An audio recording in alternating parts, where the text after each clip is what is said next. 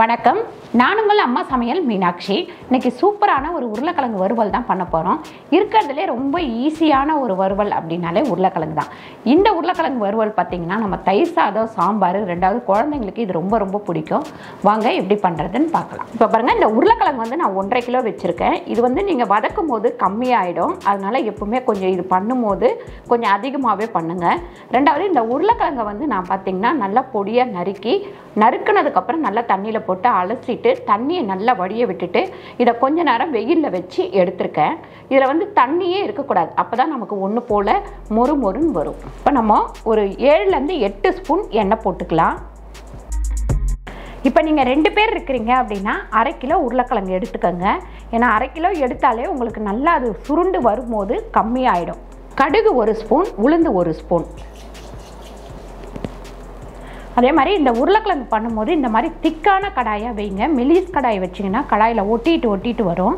இரும்பு கடாய் இல்லைன்னா கூட நம்ம அலுமினிய கடாய் நீங்கள் வீட்டில் யூஸ் பண்ணாலும் திக்கான கடாயாக யூஸ் பண்ணுங்கள்.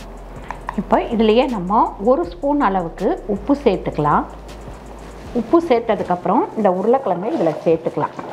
நமக்கு கடாயில் ஒட்டாமல் வர்றதுக்காக தான் நான் எண்ணெயிலேயே உப்பு சேர்த்தேன். இந்த உருளைக்கிழங்கு வந்து செஞ்சு முடிக்கிறதுக்கு கிட்டத்தட்ட 1/2 hour ஆகும்.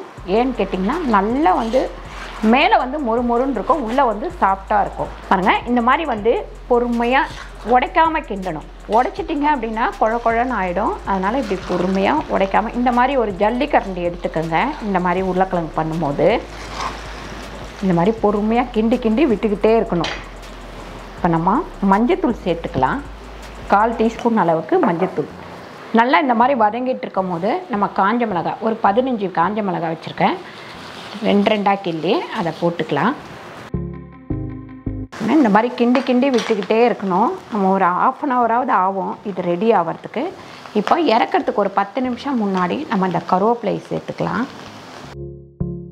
இப்போ உருளைக்கிழங்கு ரெடி ஆயிடுச்சு. இந்த மாதிரி கொஞ்சம் மேலே கொஞ்சம் மொறுன்னும் உள்ளே வந்து அப்படியே சாஃப்டாகவும் இருக்கிற அளவுக்கு வரணும். இப்போ இதை இறக்கி வச்சுக்கலாம்.